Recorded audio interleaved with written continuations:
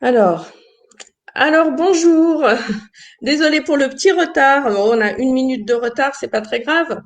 Donc je vous retrouve pour ce live, le live de Sophie Expertimo, pour parler aujourd'hui avec Bruno Le Pelletier. Bonjour Bruno, Bonjour Sophie, comment tu vas? ça va très bien, je te remercie. Ça va?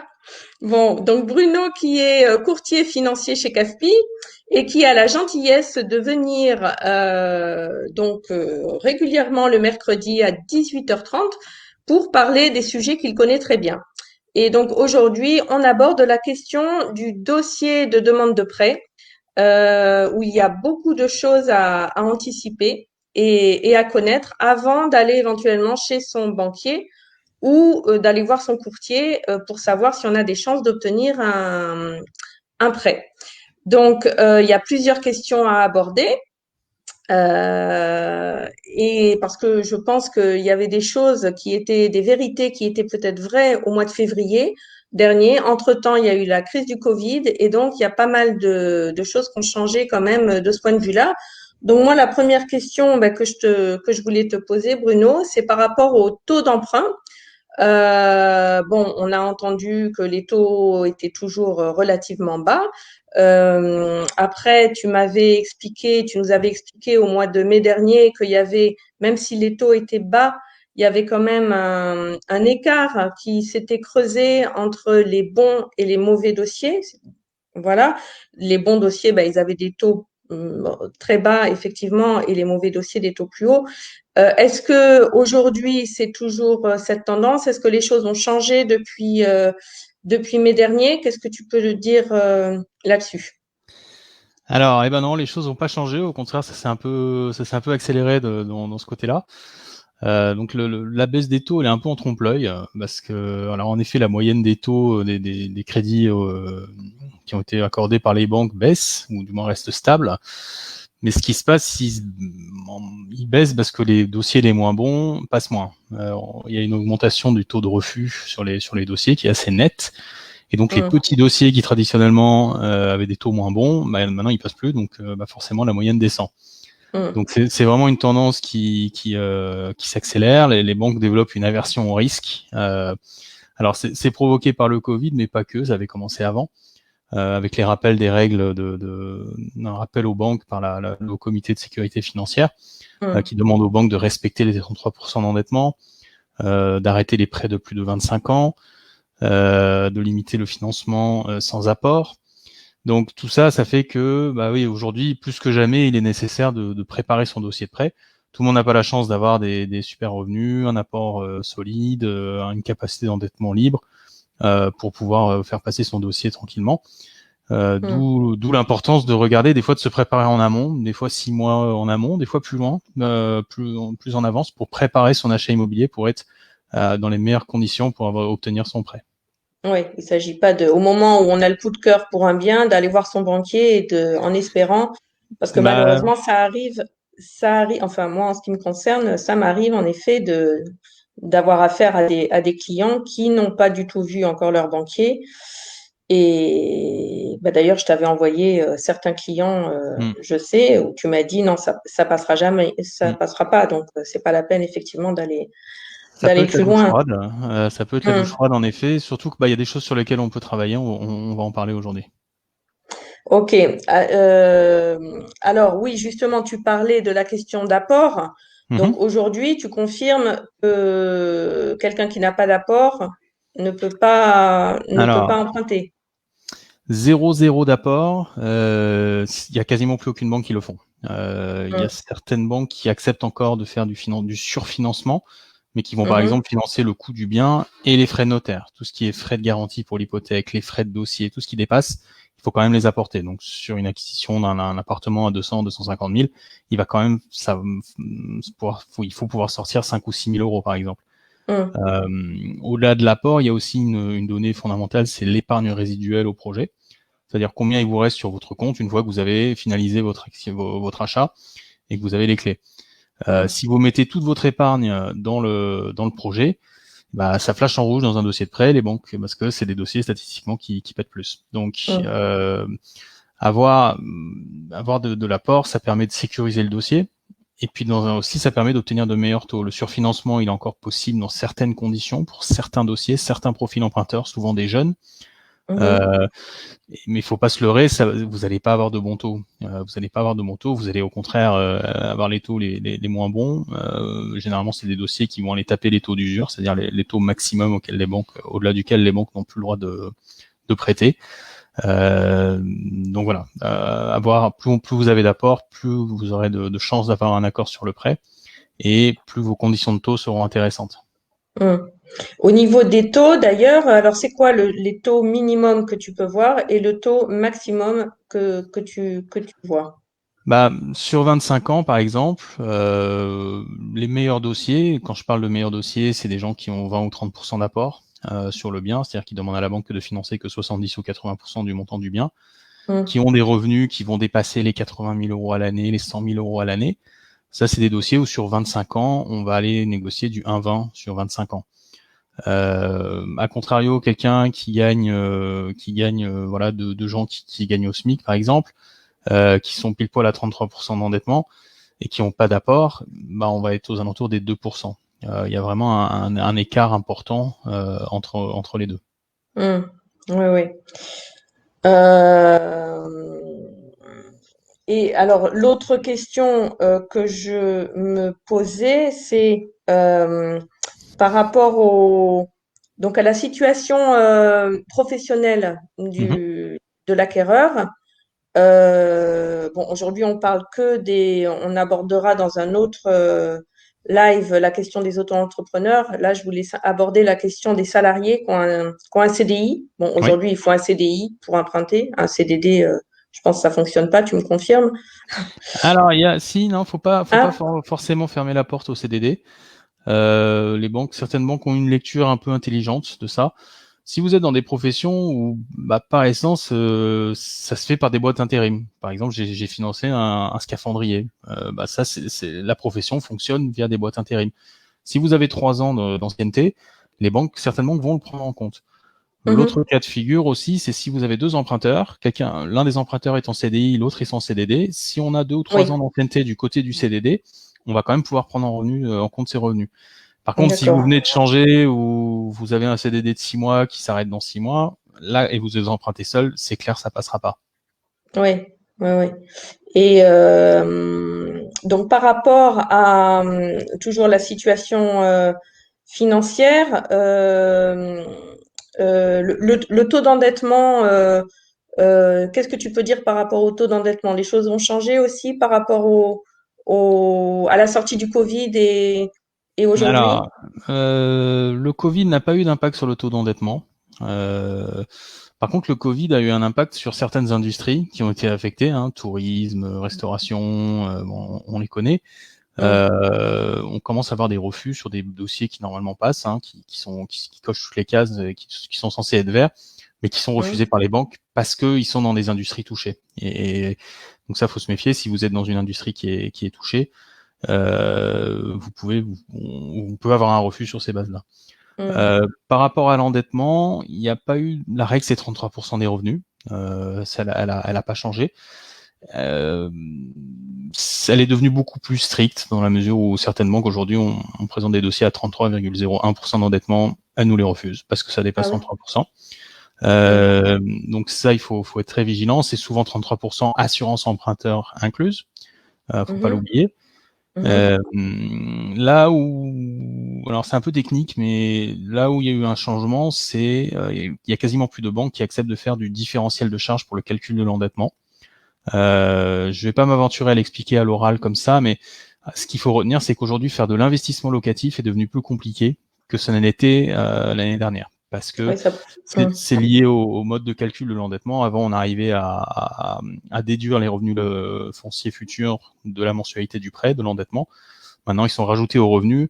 Et du coup, aujourd'hui, enchaîner les investissements locatifs ou aller acheter un immeuble avec 3 ou 4 biens, 3 ou 4 lots à louer, c'est plus compliqué qu'avant. Ouais, ça pourrait faire l'objet d'un live entier, non? À expliquer cet aspect. L'investissement locatif, oui, parce qu'on entend beaucoup, il y a beaucoup de méthodes sur Internet, enrichissez-vous avec l'immobilier, etc. Hum, Et grâce à l'argent de la banque, alors ouais, c'est un super outil c'est un super levier d'investissement, hein, le prêt immobilier. Mais sur hum. le locatif, aujourd'hui, il faut vraiment avoir les reins solides et il faut avoir de très bons dossiers pour que ça passe. On n'arrive plus, voilà, quelqu'un qui gagne 2 000 euros par mois n'arrivera plus à acheter un immeuble de 200 ou 300 000 euros juste sur les prospects de revenus futurs des loyers. Ouais, c'est pas une très bonne nouvelle, ça. Pour, C'est pas une très bonne nouvelle. On va espérer. Ça, ouais, alors c'est pas lié au Covid, hein, c'est vraiment lié à la Banque de France, hein, au HCSF. On ouais. espère qu'ils je sais que les courtiers, l'association des courtiers lobby auprès du gouvernement pour qu'ils changent les choses, parce qu'ils sont en train de rajouter une surcharge dans une période qui est déjà compliquée. Ils nous rajoutent des règles réglementaires, ils nous brident un peu. Pour la relance de l'immobilier, c'est pas idéal. Hum, Donc on espère que ça va se détendre, mais pour l'instant, voilà, c'est la situation. hum. Et alors, si il y a les deux conditions d'un apport suffisant d'un apport suffisant et d'une situation professionnelle stable avec des revenus stables, un CDI Hmm. depuis 3 ans par exemple, est-ce qu'il y a d'autres points importants auxquels le futur acquéreur doit penser à vérifier pour être Oui, tout sûr à fait. pour être sûr que son dossier ne sera pas refusé ou en tout Oui. cas toutes Alors, les chances optimum d'être accepté, on va dire. il faut savoir que dans un dossier de prêt, on va intégrer 3 mois de relevé de compte. On va demander aux emprunteurs de fournir tout leur relevé de compte perso, compte commun, s'ils ont des comptes pro, des comptes épargne, s'ils ont des SCI, les comptes des SCI, voilà, vraiment tous leurs comptes bancaires. Et les banquiers vont regarder la gestion de compte. C'est-à-dire Hum, ils vont regarder si est-ce que vous dépensez pas plus que vous ne gagnez. Donc, d'une manière générale, il faut éviter d'avoir des comptes débiteurs. Bon, c'est pas rédhibitoire un compte débiteur, mais par contre, si vous commencez à avoir beaucoup de commissions d'intervention, les commissions d'intervention, c'est ce que la banque vous facture. Si vous dépassez votre autorisation de découvert, à chaque hum, opération, ils vous facturent 8 euros. Ça peut être un motif de refus de prêt. Deuxièmement, ils vont regarder si vous avez des avis tiers détenteurs. Ils vont regarder si vous avez des rejets de prélèvement, un rejet de chèque. Tout ça, ça vous met le dossier en croix. Donc, ouais. il Et ça, faut, c'est nouveau de non, regarder autant? ça a Non. toujours été le cas, ça a toujours été le cas, mais aujourd'hui, là où avant, on arrivait, s'il y avait 2, 3 commissions d'intervention à faire passer le truc, là, c'est vraiment pas le moment en ce moment de présenter un Hum. dossier dégradé à ce niveau-là, sur ce niveau-là. Allez, moi, L'autre, je te coupe juste, j'ai un exemple d'un acquéreur qui malheureusement a eu l'idée au moment où il faisait sa demande de prêt alors qu'il ne faisait jamais. mhm. Il s'est mis un petit peu à jouer sur Internet. J'allais en parler. Et, et la banque a vu, il a joué des sommes dérisoires, mais Mhm. 3 fois de suite, Ouais, son dossier lui a été refusé oui. à ce motif. Bon, il a pu finalement aller vers une autre banque et obtenir son crédit. Mais quand même, ça m'a vraiment fait râler parce que juste au moment où il était où la banque était en train d'étudier son dossier, il Mhm. était en train de jouer sur Internet. Profil joueur. Ouais, Profil profil joueur, joueur. c'est comme si vous alignez les petits crédits conso, Mm, ça s'appelait pas à la banque. ouais, Mais profil joueur, en effet, ça peut être un motif de refus. Si ouais, vous avez des achats tous les jours en tabac, dans les tabacs, que vous achetez mm, des trucs de la Française des Jeux, etc. Ouais, votre dossier sera shooté. Donc là aussi, voilà, si vous savez que vous allez faire un achat immobilier dans les 3, 4 mois, eh ben ne jouez plus, ou alors retirez du cash et payez en cash. Voilà, débrouillez-vous pour que rien n'apparaisse sur les comptes. et faire en Euh, sorte qu'il n'y ait pas de commission d'intervention. voilà, bien propre. Mm, Alors il y a une autre notion qui est importante. Si vous avez l'habitude, le banquier va regarder le saut de charge. C'est-à-dire que si vous savez que vous allez vous embarquer pour une mensualité de 1 000 euros, que vous avez l'habitude en ce moment de payer un loyer de 600 ou 700 euros, bah, vous allez avoir un saut de charge de 300 ou 400 euros. Une fois que vous avez fait votre prêt, vous allez devoir tous les mois sortir 300 ou 400 euros. C'est mm, très bien pendant plusieurs mois de mettre cette somme sur de l'épargne. Vous ouvrez un livret A si vous n'en avez pas, et un virement tous les mois, vous mettez le différentiel au minimum. Comme ça, mm, vous allez vous démontrer au banquier que vous êtes en capacité de payer ces 1 000 euros parce que vous les épargnez déjà. Donc, et ça les banquiers adorent parce que ça les rassure sur votre capacité à payer plus tard le prêt. Et puis, de toute façon, c'est pas perdu parce que ça vous fait de l'épargne qui peuvent vous servir d'apport ou d'épargne résiduelle sur votre dossier. Et puis, je trouve que c'est de bonnes pratiques aussi, parce que un saut de charge, il faut savoir ça va quand même faire un changement sur votre mode de vie, sur votre habitude de consommer. Donc, se le prouver plusieurs mois avant que ça vous tombe dessus. Une fois que vous avez un crédit, la mensualité, il faut la payer. Hein. Donc, se le prouver à soi-même, déjà, ça rassure pour la suite. D'accord. Alors, je vois qu'il y a 2 personnes qui regardent le live a priori. Si elles pouvaient faire un coucou, me dire si tout va bien, si elles nous entendent, parce que mes premiers lives, j'avais quelques problèmes de connexion. Bon, a priori, ça passe. Hein. Toi, tu me vois bien, tu m'entends bien, il n'y a pas de souci. Et si vous avez des questions, d'ailleurs, parce que Bruno est là pour répondre aux questions des personnes qui regardent ce live. Voilà, n'hésitez pas. Donc, oui, donc excuse-moi, donc je t'ai coupé. Je t'ai coupé. Oui, tu parlais de la surcharge. Non, tu parlais qu'il Du fallait, saut de charge. voilà, et qu'il fallait mettre de côté, essayer de mettre de côté un petit peu tous les mois pour prouver qu'on était un Tout à fait. bon, un futur bon payeur, on va dire. C'est ça. Alors, on peut parler d'un autre sujet aussi pour comment préparer son dossier de prêt, c'est au niveau des crédits que vous pouvez avoir. Alors, évidemment, éviter de faire des 10 fois sans frais, éviter de vous servir de la carte Carrefour Banque, qui est un crédit revolving, des réserves d'argent que certaines banques vous mettent à dispo sur via vos cartes de crédit. Et ça aussi, les banques aiment pas trop quand vous utilisez beaucoup de crédit. Il faut savoir que si vous avez beaucoup de crédits, vous avez un crédit auto, vous avez fait un crédit conso pour, je sais pas, le canapé, puis vous avez la carte Carrefour, et puis voilà, vous commencez à avoir un petit portefeuille ça va venir vous gêner dans le calcul de l'endettement. Et si vous vous en occupez pas en amont, déjà vous allez avoir une capacité d'endettement assez faible pour acheter votre bien, donc ça passera pas. Alors qu'il est possible de faire une opération de regroupement de crédit. Ça c'est un peu particulier, c'est pas des banques classiques qui vont le faire, il y a des organismes de financement qui savent regrouper tous vos crédits. Ils prennent votre crédit auto, votre crédit, vos trucs renouvelables, vos 2-3 crédits conso, et ils rachètent tout, ils réétalent sur une durée plus longue. Et on peut aussi rajouter une enveloppe de trésorerie sur le par-dessus, qui peuvent vous servir éventuellement d'apport.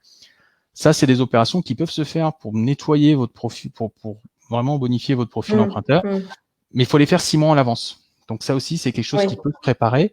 Si vous êtes embêté parce que vous avez 300-400 euros de différents crédits qui viennent vous boulotter votre capacité d'endettement, et vous faites une opération de regroupement de crédit, on vous dégage 4 ou 5 000 euros ou 10 000 euros de trésorerie, vous laissez passer 6 mois, vous respectez les commissions d'intervention des comptes créditeurs, vous avez un effort d'épargne qui justifie le saut de charge, vous pouvez passer dans une situation où aucune banque ne vous prêtera à 6 mois plus tard ou à 1 an plus tard à être finançable. Donc ça peut, et ça c'est vraiment quelque chose qui se travaille sur 6 mois, 1 an.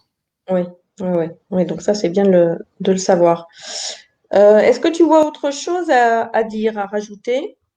Ou est-ce qu'on a fait à peu près le tour de la question? Alors, je rajouterais, il faut venir nous voir tôt, comme tout ce que je viens d'expliquer le prouve. N'allez pas voir votre banquier, parce que si vous allez voir votre banquier, il va vous taguer comme traitant en direct, et ça nous ferme la porte, nous courtiers, à déposer votre dossier, parce que la banque vous note bien dans leur fichier qu'ils traitent avec vous en direct. Et du coup, ça empêche le courtier d'amener vos dossiers dans votre propre banque. Or, c'est souvent dans la banque du client qu'on va négocier les meilleures conditions. Donc, après, vous n'aurez pas forcément les meilleurs conseils en agence. Les conseillers sont pas forcément très formés au niveau du prix immobilier, donc ils peuvent vous raconter des sornettes, se tromper.